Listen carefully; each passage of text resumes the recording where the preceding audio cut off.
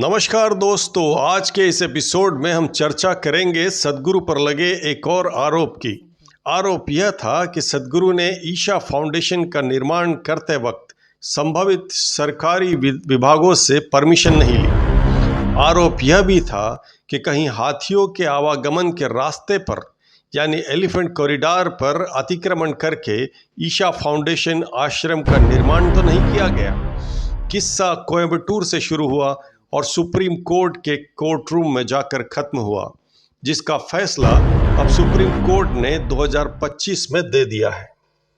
आइए कुछ साल पीछे चलते हैं और एलिफेंट कॉरिडोर का सच जानते हैं। संबंधित विभाग से जब किसी ने आरटीआई लगाकर पूछा कि ईशा फाउंडेशन से एलिफेंट कॉरिडोर कितनी दूरी पर है, तो जवाब आया कि कोयम्बटूर फॉरेस्ट डिवीजन में एलिफेंट कॉरिडोर है ही नहीं। जानते हैं 2006 से 2014 के बीच तमिलनाडु राज्य के कोयम्बटूर शहर के वेलियनगिरी पर्वत के तलहटी में एक भव्य आश्रम का निर्माण हो रहा था, जो अभी ईशा योगा सेंटर के नाम से विश्वविख्यात है।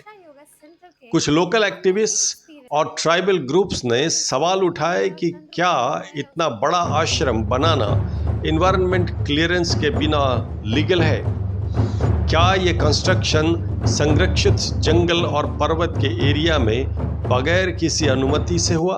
फाउंडेशन ने अपनी तरफ से सफाई दी और कहा कि कोई इल्लीगल काम नहीं हुआ है। 19 नवंबर 2021 Tamil Nadu pollution control board TNPCB ने एक शो कॉज नोटिस इशू किया ईशा फाउंडेशन को। एलिगेशन था कि कंस्ट्रक्शन बगैर इन्वायरमेंटल क्लियरेंस के हुआ, जैसे कि EIA नोटिफिकेशन 2006 के तहत जरूरी है।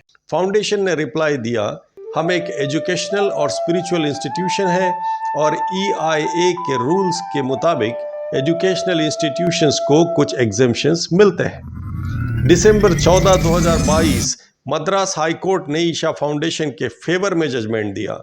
कोर्ट ने कहा, ईशा योगा सेंटर एक एजुकेशनल इंस्टीट्यूशन के रूप में काम करती है, इसीलिए उन्हें उस समय के लिए एनवायरनमेंट क्लियरेंस की ज़रूरत नहीं थी। एक तरह से कोर्ट ने TNPCB का नोटिस क्वैश कर दिया, मतलब नोटिस इनवैलिड। लेकिन TNPCB ने सुप्रीम कोर्ट का दरवाज़ा खटखटाया। फरवरी 2025 supreme court of India bench के सामने था Tamil Nadu pollution control board versus Isha foundation. TNPCB ने अपील की, हाई कोर्ट का डिसीजन गलत था, लेकिन सुप्रीम कोर्ट ने कहा डिले बहुत ज़्यादा हुआ है और फैक्ट्स के बेसिस पर हाई कोर्ट का जजमेंट सही था। 28 फरवरी 2025 सुप्रीम कोर्ट ने अपना फाइनल वर्डिक्ट दिया। ईशा फाउंडेशन के एग्जिस्टिंग बिल्डिंग पर कोई कोएर्सिव एक्शन नहीं हो, लेकिन कोर्ट ने एक क्लियर वार्निंग भी दी, फ्यूचर एक्सपांशन के लिए सब अप्रूवल्स लेना मैंडेटरी होगा। एक तरह से सुप्रीम कोर्ट ने ईशा को रिलीफ दिया, पर एक लीगल लक्ष्मण रेखा भी खींच दी। सुप्रीम कोर्ट का डिसीजन एक रिमाइंडर है कि इन्वायरमेंट और डेवलपमेंट दोनों के बीच संवाद जरूरी है और कोई भी स्पिरिचुअल या चैरिटेबल वर्क कानून के दायरे से बाहर नहीं हो सकता। अगर हम फेथ को ब्लाइंड सपोर्ट करें तो अकाउंटेबिलिटी खो जाती है, और अगर हम सिर्फ एलिगेशंस को सेंसेशनल बनाएं तो सच गुम हो जाता है।